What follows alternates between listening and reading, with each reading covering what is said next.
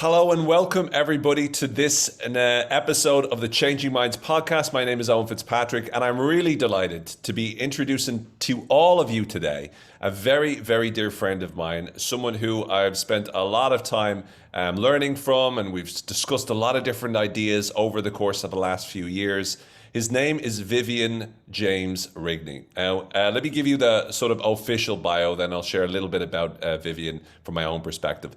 Vivian James Rigney is president and CEO of Inside Us LLC, a boutique executive coaching consultancy operating through 5 continents. He's helped implement leadership development initiatives for some of the world's leading companies and their executive teams. The quest for personal success can often be a lonely journey, but as an executive coach, Vivian becomes a trusted partner known for building strong rapport and asking tough, incisive questions with an uncanny ability to help people reveal the very best version of themselves.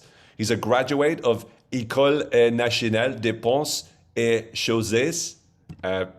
Vivian, I'm just going to stop for a moment and you just repronounce that for me. You did it. École Nationale des Ponts et Chaussées. Merci beaucoup. In Paris, he's a renowned speaker and expert on mindset and behavior whose talks and presentations have inspired audiences globally. A native of Ireland, like myself, he has lived in the UK, Germany, South Africa, France, Finland, and currently resides in New York City, like myself. So I met Vivian a few years ago before I'd even moved to New York.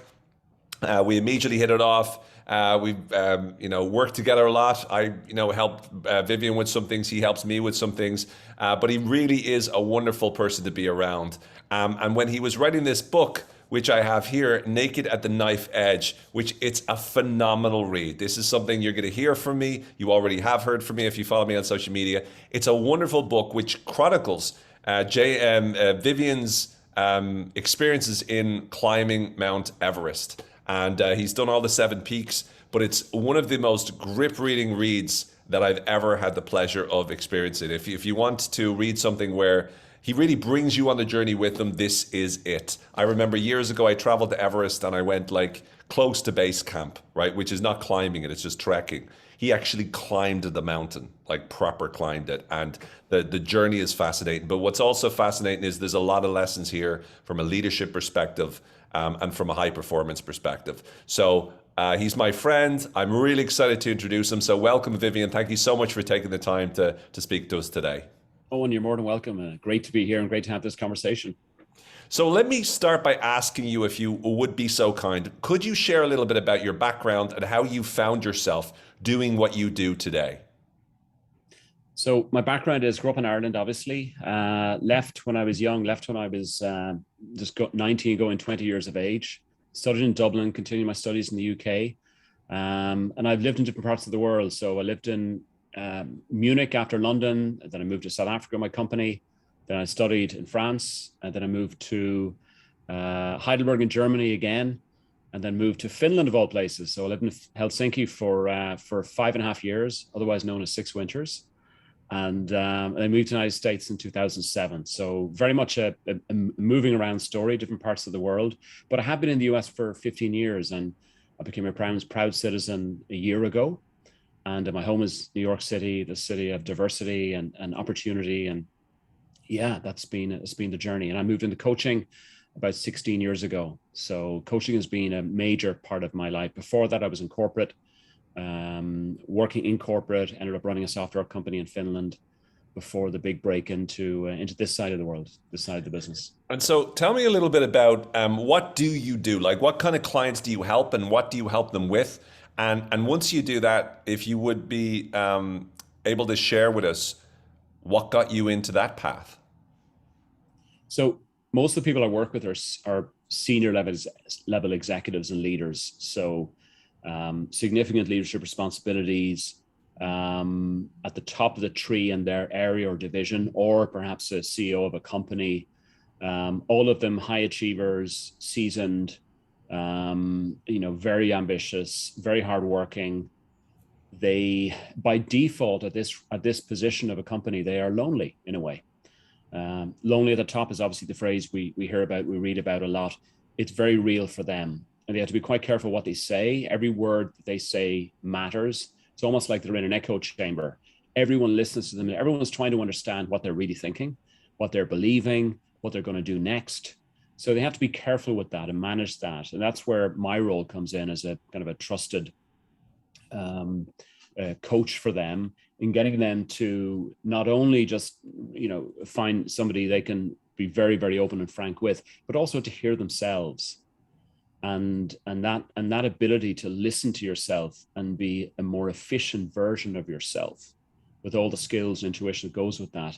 That's at that level, that moves them at scale, because everything they do is about influencing people at scale, their organizations at scale.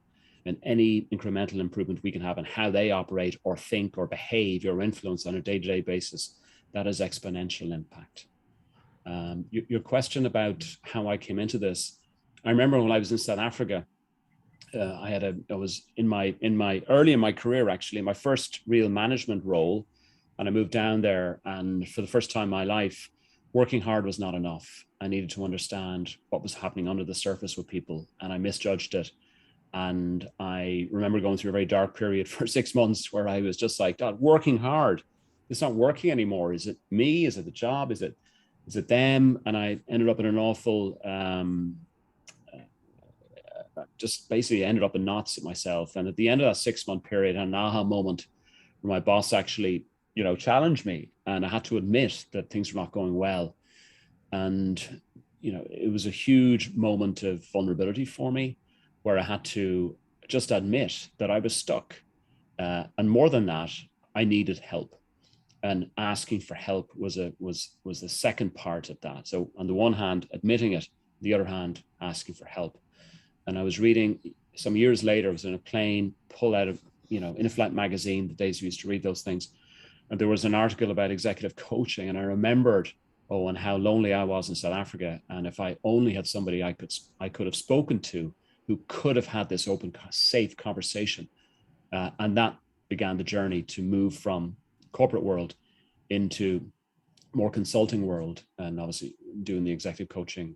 That was the medium I was working with, or am working with today. Great. So when, as you're speaking, Vivian, one of the things that occurs to me is that there's a million different coaches out there, right? There's a lot of people that are business coaching, executive coaching. You're particularly successful, and you've done a great job because you are largely recommended by people, right? And this is, senior executives in large organizations.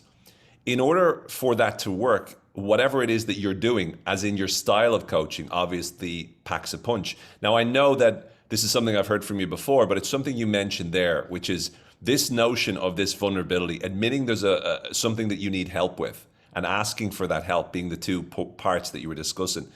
Could you go in a little bit to that notion of vulnerability and why you feel it's something that is critical in the business, where, if you believe it's critical, but I'm pretty sure that, that's an important part of the work you do.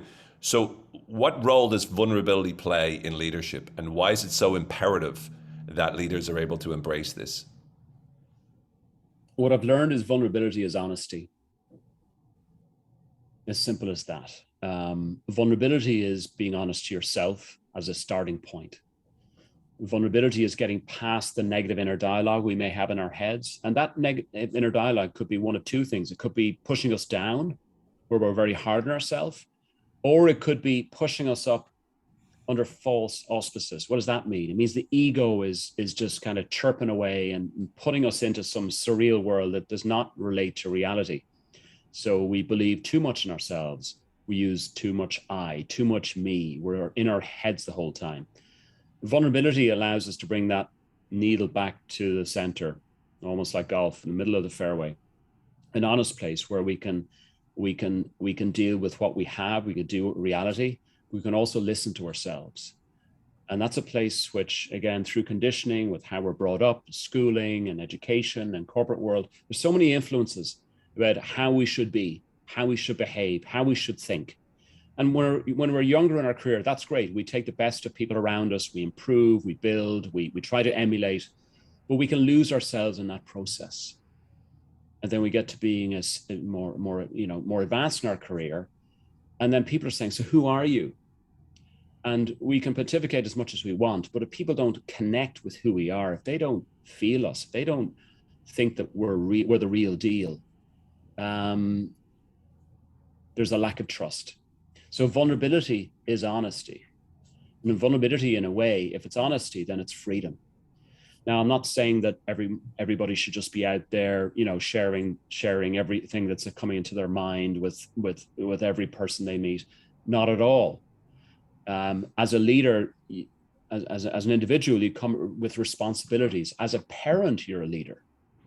There are things you want to share with your children that are relevant, but there are things that are not relevant, and it's not good to share. So you are judicious in knowing how much to share and how much not to share. As a leader, the same thing.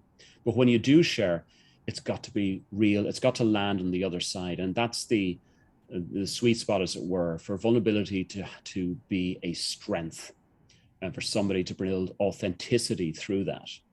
So how do you do that, Vivian? Like when you coach leaders, to me, it sounds like this is a large part of what makes you unique, what makes you, well, relatively unique, let's say. I would say very unique, actually. But how do you do that? How do you help leaders to open up and embrace vulnerability so that they can be more honest with themselves? Because it's a scary thing to do. And to your point, it's not common. It's not what most people tend to do very well. We probably bravely go where other coaches don't go. And I think that's around getting them to, I truly listen to them and get people to be present with themselves, get people to be honest to themselves. And if they're not honest, then they're challenged on that. And it's funny, there's a movie I saw many years ago. I think it was the Great Debaters with Denzel Washington. There's one line in the movie, fact or conjecture. And so often we have this conjecture in our heads. We have these things we want to believe about ourselves or things we want to believe about our opinions or our views of what's happening. But if it doesn't hold water, then it's not real, it's not authentic. And in a coaching partnership, to be able to strip all that away and get people to understand separating fact from fiction and being very clear in their own minds of why they believe what they believe, how they can apply that. That's particularly important. And look, most people want to be seen, they want to be heard, they want to be understood. And on that basic human level, it allows the coach it allows the coachee, the person I'm coaching, to feel very comfortable and very trusted. And within that, the dam is burst and people are frank and open and surprised at what's going on inside their own minds, as well as what they're telling me. So we like to decomplexify, we like to simplify, and getting them to be that much more clear version of themselves in their own mind and how they behave and how they interact. Love it. Really, really do. And I think that's very much in line, as you know, with what I do, Vivian, on beliefs. So I spend a lot of time working with people in terms of beliefs. And I think what you said, the line from the Great Debaters and, fact versus conjecture, oftentimes is the thing of, is it a fact or is it a feeling? And beliefs are often feelings rather than facts, right? We tend to mix them up quite a lot, but it's like we have a feeling of certainty over a certain idea, thinking it's the truth. But actually, necessarily, we're then looking for evidence to prove that it's right, as opposed to coming to that from some logical, reason, rationalized place. And so I think it's really, really crucial to find the ability to be able to be vulnerable enough to recognize the honest truth as to what you are doing right, what you are doing wrong.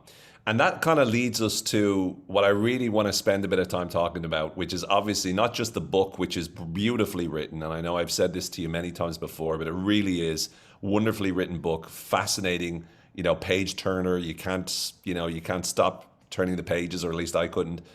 But in that book, you're talking about a trip to Everest. So let me just ask you, first of all, why? What drove you to go to the 7 summits? What drove you to, climb Everest of all places? And if you could just share a little bit about the motivations, what made you take on such a mammoth of a challenge? Well, I guess I've always been an outdoors guy. So when I was a kid, I was pulled up mountains every Sunday after Mass. I didn't enjoy that experience at all. And then I got to living in South Africa, and I heard about Kilimanjaro when I had a business trip in Tanzania. And as every 25-year-old thought, well, why don't I just tie up a weekend, I'll just do Kilimanjaro, and then realize that Kilimanjaro was a week. So, but it was there, and I did that, and I heard about the 7 summits. And I thought, look, I'll never climb Everest. That's for the professionals. But I'll do a few of these and see how I do. And I started doing them, and I started to realize, Owen, that an incredible way to see the world, to go to places that I would probably never normally even consider to go to and to see, to go into the middle of the Andes, to go to Mendoza and go into the Andes, to go to Carson's Pyramid in Indonesia, in the middle of the jungle, incredibly wild terrain, to go to Antarctica. How's everyone going to go to Antarctica? I'm not talking about on a cruise ship.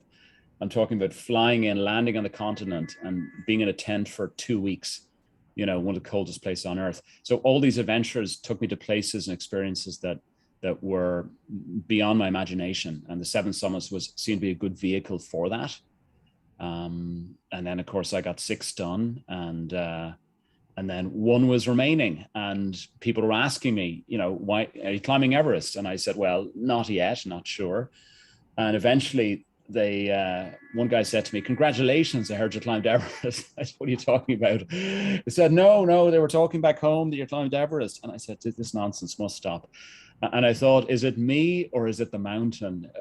And the answer was, it's probably me. I mean, I've done tall mountains, I've done some technical stuff. Everest is it's a huge exponential effort. But the answer was, I thought I was reasonably qualified to at least attempt it. And then I met a guy in Antarctica who was organizing an expedition for Everest. And the annoying thing about him was I asked him 100 questions and he answered every single question. He ended up being the lead guide on the expedition. His name is Scott Woolens, fantastic guide. Yeah. And Bill Allen from Mountain Trip, a great climbing company. So that basically led me to committing, getting on the plane. Well, what's great about the book, Vivian, is you really bring us through everything. Like, so from the time you're on that plane, the time, Kathmandu, and I remember myself years ago being in Kathmandu, going up to Lhasa, and Lhasa was in Tibet. So where's the place that has the very small Lukla, that's right. And I remember Lukla, and when you described the runway, I was like, oh yeah, and I'd been talking about that runway for years since, because it's literally such a strong. For anyone who doesn't know, it's like literally on a cliff, and you arrive, and you just like the plane has no direction to be able to turn around. So you just land, you go up to this huge big high wall and then it has to reverse back around. It's insane, and it's one of the most dangerous runways I think in the world. But phenomenal place, phenomenal. The people in Nepal were amazing. You really did some great descriptions there as well, and gave a good sense of their warmth and their. There's so many things to get into, but I really want to start with just looking at what was the toughest part of the climb for you, because I know you went through a lot of ups and downs that you brought us through, but what was the toughest part of the entire thing for you? I think it was, I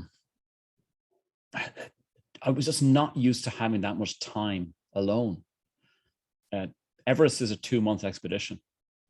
Think of that, 2 months we're on a mountain, and you're not climbing 12, 14 hours a day. There's some days you're not climbing at all because the weather, because you're acclimatizing, whatever. Other days when you are climbing, maybe you're putting effort in for 4 or 5 hours maximum because of the altitude. So you have a lot of downtime. And for me, it was a lot of time without distraction.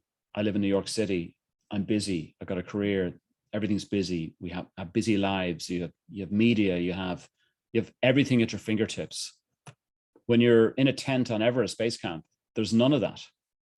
You're meeting people for meals, your colleagues, but there's a lot of downtime.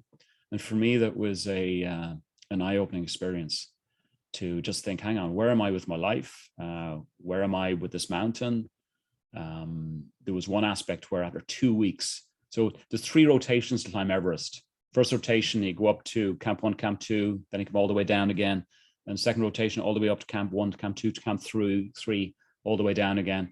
And after 6 weeks, you do your third rotation, which is your summit bid all the way up to camp 1, 2, 3, 4, and hopefully, your attempted summit. So it's this massive kind of an ultra marathon over 2 months. But 2 weeks into the expedition, I remember we were at base camp. I got a bit down for a couple of days, and I got down because they discovered bodies in the glacier. We're camped on a glacier at base camp. That's the safest place to camp, believe it or not. And in the glacier, a couple of 100 meters or yards from us, they had uncovered some bodies of climbers who had fallen into a crevasse in the 1960s. And their bodies were uncovered from the glacier was releasing their bodies. It was melting, obviously. And that moment struck me as being, wow, this is a base camp and there's a dead body over there of a fellow climber who died 50 years ago. And that got me into thinking about legacy. If something were to happen to me on the mountain, in terms of I fell into a crevasse or something were to happen, or an avalanche, things completely out of my control for the most part on Everest, how would people remember me? And it's a big theme in the book. And the answer at the time was, well, they'd say I'd achieved a lot. Like I left Ireland, I did this, I did that, here my career, and here he climbed all these mountains, and then he attempted Everest, and it didn't work out. But I'd have a long list of achievements. But the answer would be, how did I make them feel? Would they remember how I made? Would I have left them with a feeling that I made them better for knowing me? And the answer was perhaps not enough. And that was 2 weeks in. So Everest is this massive journey. Physical, mental, psychological, of course, and kind of emotions that go with that, spiritual in terms of just the landscape and where you are, whether one has faith or not. All of that is happening in this, almost like this cooking pot, and there's no escape from it. And that was a profound experience for me. 2 months of just having to face this and answer this on top of the physical challenge, all happening at the same time. It's interesting. I think this is fascinating that a lot of people will be surprised with that, right? Because whenever you ask what's the toughest part of climbing Everest, everyone's going to expect you to say, oh, it's this part or this part or this part. And don't get me wrong, in your which was so well described, your descriptions of the various different parts of the journey, it's so perilous, it's so terrifying. And yet the hardest part of all was that time for yourself, the time to get to know yourself, the time to be away from all these distractions, which we have consistently. I mean, in a much more microscopic way, people had a taste of that. I think a lot of people had a taste of that during COVID. They still had all the distractions, so it's not even comparable in that extent. But nonetheless, their everyday normal life was left to the point that relationships, being stuck in the same house with someone when you can't go to work, right, you can't go to a different place, all of a sudden you really get to know each other. When you're alone in a house, I was alone during COVID for like 6-7 months. I didn't touch another human being for at least 2 or 3 months. That's when you're forced in that situation. Now you take that, you multiply by 1,000, and you get some sense of what it was like for you in terms of climbing. And even though, to your point, you've got people that you connect with, it's still the ultimate thing, the real. It's funny. It's funny you say that, Owen, because I climbed it, and then for years after, I was thinking, I must write the book. And I'd scribbled down some notes and built a framework. And you and I chatted about it. I think I shared with you, I had this book I wanted to write. The pandemic came, and the world shut down. And this great fear, and I'm in New York City, and you were as well, this great fear came over this city, almost like a dark cloud. People sick left, right, and center, sirens in the streets all day, people being taken to hospital, death rate skyrocketing, and no one knew what it was. So we went into this whole society basically stopped, freeze frame. And when this happened, over the first week or two, I just had this, I'd wake up in the morning with this feeling of vulnerability. And I think this is exactly how I felt on Everest. And it was an immediate, it's time to write the book. And so it was the pandemic really that for me was the spur. And it's almost like a good red wine. Those years of marination of life, I guess sometimes, providence plays a part. Those years of marination allowed me to be able to write the book that I wrote. And that time was important. And there were other folks I climbed with, and they wrote books quite soon after, like a year after, 2 years after. And I wasn't ready with mine at that point. And I couldn't explain. I felt guilty about that. I should be writing a book. Procrastination, here we go again, all that good stuff. But when COVID hit, I felt as though the wine was ready to. I could pop that cork. And, Well, what I loved about uncork. well, what I was just going to say, what I loved about the way in which you popped the cork was the stories. It isn't just a story of, you know, this guy who climbs Everest. It's really a story that I think everyone can relate to. It's, you know, to be, pardon the cliche, it's about sort of the mountain inside of ourselves. And to me, it was also about your relationship with your family. Like, I have to say, there's a point that I don't want to spoil it for people, but there's a point towards the end that you're talking about your relationship with your family and your father and stuff like that.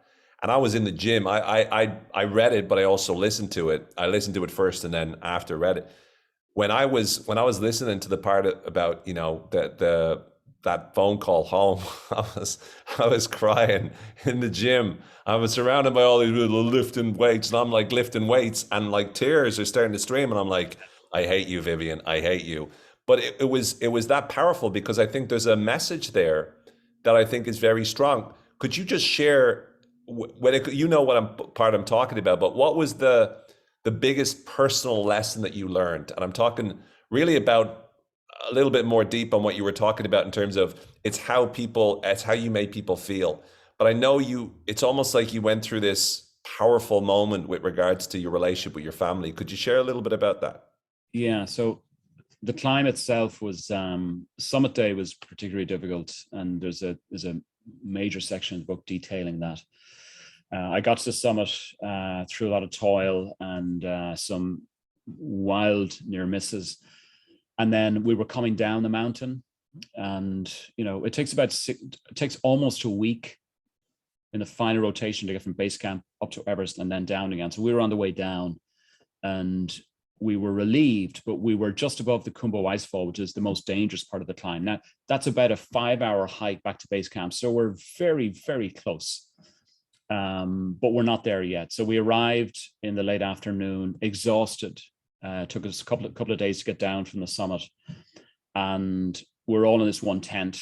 So you can imagine, we all had our individual tents before, but now we're unpacking our gear because we're shutting everything down. So we're all in this tent like a bunch of hippopotamuses, totally broken and exhausted from the summit bid. And we had dinner, and I just had this urge, obviously, to grab the phone and call my family, because I hadn't spoken to them in a couple of weeks. And I didn't really want to speak to them from the mountain, because I found that emotionally quite draining, you know, people upset, people worried for me. It was easier to write the blog. So lots of blogs, updates, I left voicemails and they were added to the blog. So they knew where I was, and, you know, we had nice messages between us.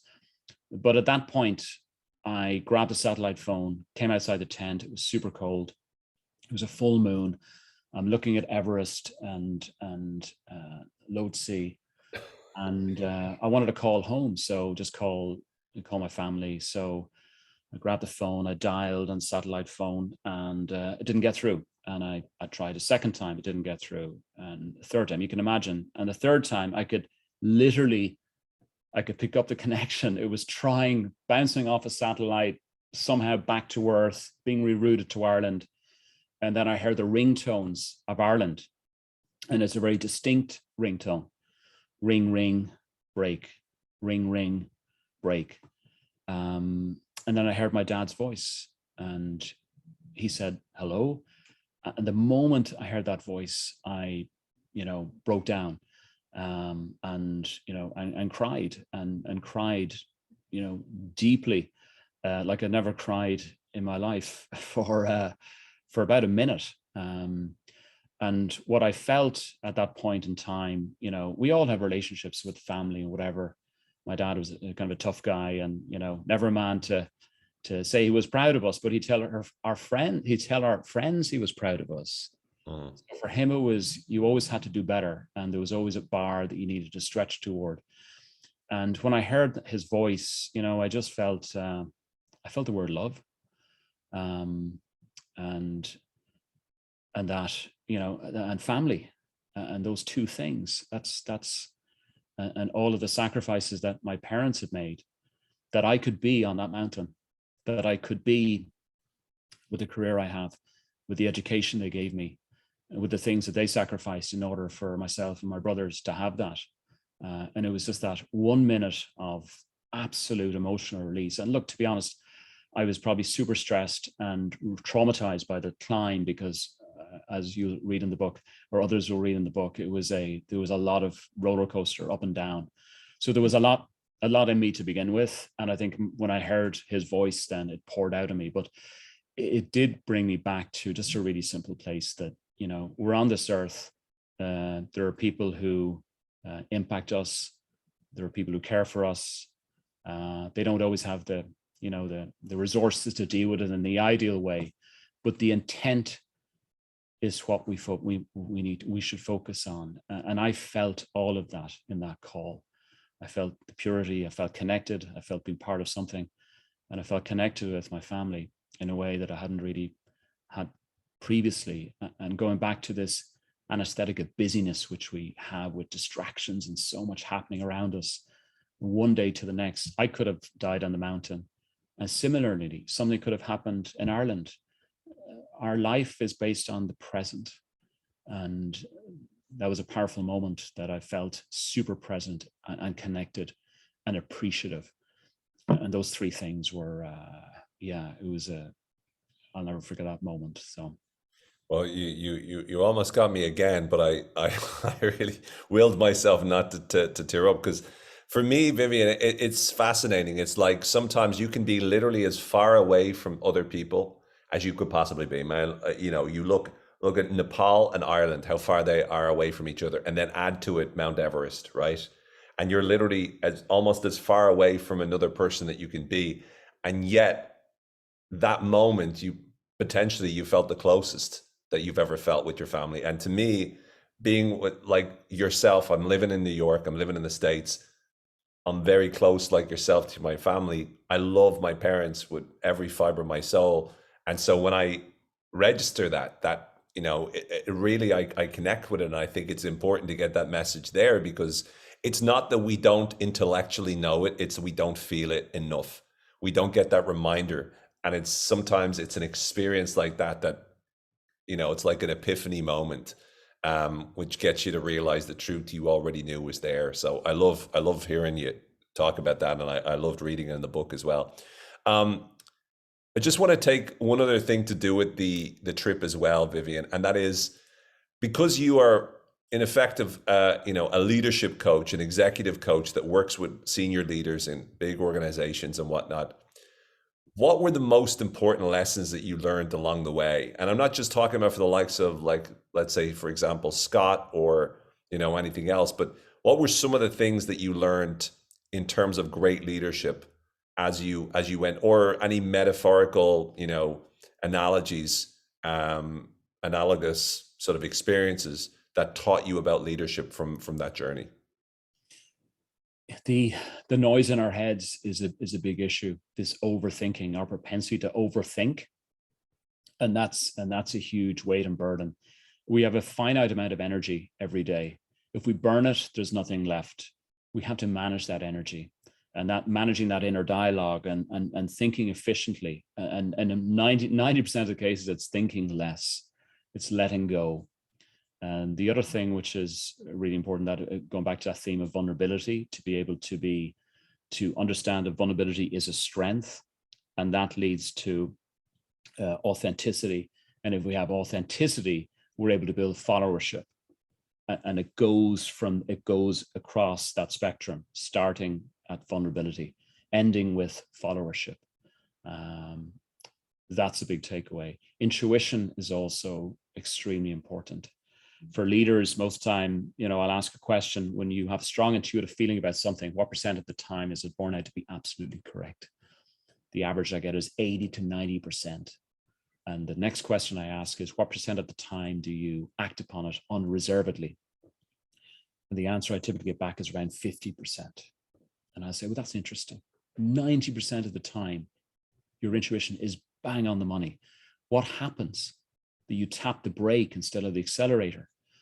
And the answer they come back with is oh, geez, Vivian, this thing in me, I want to be sure, or I don't want to fail, or I'm worried what they'll say, or maybe I missed something, and it's holding back, to be sure, or this idea that if the pass grade is 70%, they won't move until they're 95 or 100%. And it's ineffective. It's a waste of time and energy. You can imagine if you're an ice hockey player and you're there with the puck and you're thinking, well, I'm going to wait a few more seconds because if I take a shot now, I might miss. And the analogy that if you take a shot, you may well get it in. And if your intuition is good, you may score 8 goals, but you're going to screw up twice, but you're going to get 8 goals as opposed to 0 goals or 2 perfect goals. And this is the same thing for executive leaders. This is about moving forward, not moving backwards. It's about taking your foot off the brake. You don't necessarily have to slam the accelerator, but you certainly have to get out of your own way and be that more clever, honest, balanced version of yourself who has greater impact and who initiates greater followership. And impact and followership is success when it's coming from that sense of authenticity and clarity of mind. I love the whole frame there that you've built. Just in that last piece, I think it's really, really strong. I just want to talk to you just a little bit about this notion of our gut instinct, right, or our intuition, right? Because this is something that I get it. I agree with the importance of your intuition. I mean, even as far back as Malcolm Gladwell years ago wrote a book called Blink, where it was pretty much about how in a lot of circumstances we get this immediate intuitive thought that saves us a lot of times, right? It can save our life.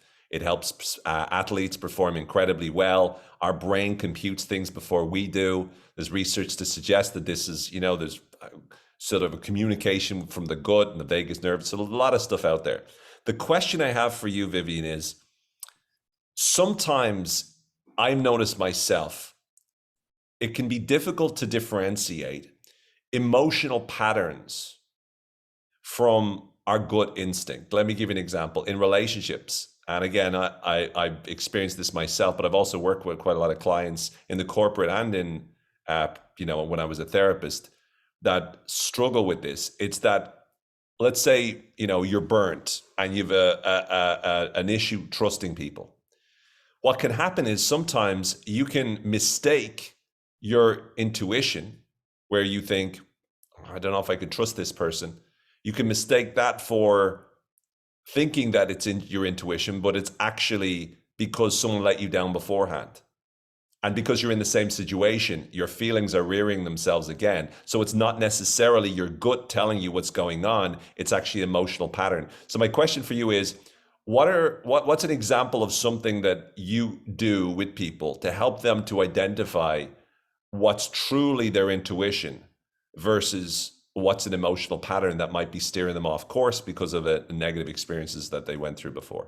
Yeah, I'll give you one example. So a lot of people I work with, they have, years of behavior and habits like the rest of us. And they'll say to me something. Let's say one gentleman I was working with last week, he said, my team think I'm a pretty tough guy and I'm too intense. How about that, Vivian? I'm too intense, but that's just me. And I said, really? Tell me more about that. And he said, well, that's just who I am. I said, okay, when did you choose to be too intense? He laughed and he said, no, it's always been me. I said, oh, did you come out of the womb like that? He said, I did. I said, how do you know that? And he coughed and spluttered a bit. And he said, well, I probably didn't come out of the womb like that. Oh, okay. So when did you choose to be too intense? What's intense? And he looked at me with a wry smile and he said, it's me, isn't it? I said, sounds like it. Sounds like you're. So, and we went back in the discussion about how we grew up and his experiences in the house he grew up in and things that happened in his life where he had to be perfect all the time. The problem with that was, and he did exceptionally well, best in class, he went to a great university, he got a great career, all this sense of achievement, a bit like me and Everest, great. Here he is later in life, he's forgot to turn it off.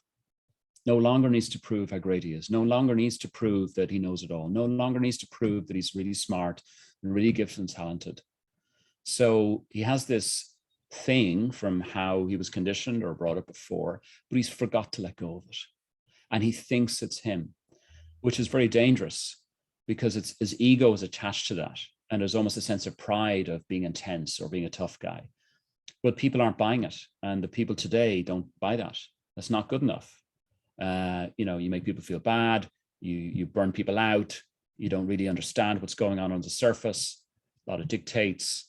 So it's not leading to success or effective performance, which drives him. He wants performance. So it's a matter of taking what he wants. Like, he wants to do well. He wants to be successful, and having him realize that, wow, I'm getting in my own way here. Now, to answer the question, the first thought that came into my mind when you mentioned that, Owen, was about curiosity. Curiosity is the way to get past that, to know more, because curiosity gives us data, it gives us information, it gives us perspective, allows our subconscious mind to understand more about, is this a threat, or is this just somebody who's coming at it from their angle, or their view. And most oftentimes we can actually put the brakes on and think, hang on, I've worked with a guy like this before. I've seen this play out many times, and this is how they are. Or in this situation, I'm not getting what I need. Therefore, they're lazy. Therefore, they don't care enough. Not good. And the label goes on, as opposed to peeling back the layer with them. Tell me more about how you understood my ask. Tell me what you expected. What you thought I needed from that. What got in the way. Peeling back the layers and getting more curious. There's always a story to be heard. People don't get out of bed in the morning wanting to be obnoxious or difficult or to disappoint people. But when we understand more of that story, then we understand more that there's a truth that comes with that. Again, going back to the analogy of fact or conjecture. Fact can be elicited through curiosity. Love it. And that can be extremely empowering. And people who you're curious with, they feel heard, they feel listened to, and there's an engagement there that opens up a whole channel of trust. Brilliant. I love that, and great answer to the question. Thanks a lot for that, Vivian. We'll finish with just a quick fire round. I'll ask you a bunch of questions. If you can give me your answers off the top of your head. They don't have to be the favorite that you have, just a favorite. So we'll start off with a favorite movie. Good Will Hunting, Robin Williams. Great. Favorite author? James Joyce, actually. Legend. Dubliners, the book inspired Naked at the Knife Edge. What can I say? That description. Love it. Favorite book? Dubliners? Author James Joyce, but book, there's one called Tuesdays with Maury. Yes, I know it. Great book. It just makes you stop in your tracks and really think about simplicity and impact and moving people. No, phenomenal. And movie I enjoyed, but the book is the best. Favorite artist? Picasso. Incredible scope. Yeah. Favorite musician? U2, but it's so cliche-ish, but they're in my blood. What can I say? That's all. Favorite philosopher? Alan Watts. Alan Watts. Okay. 1960s. Yeah. Yeah, know him well. Good. Some solid stuff coming out of his mouth, I tell you. Favorite TV series? I don't watch that much TV, so I don't really have a favorite. What can I say? All right. If you could have any superpower, what would it be? I've thought about this one lately. I'd like to go back to 1969. Before I was born. A human landed on the moon in 1969. It took 10 years, 12 years of effort, because this country, America we live in, decided we want a person on the moon.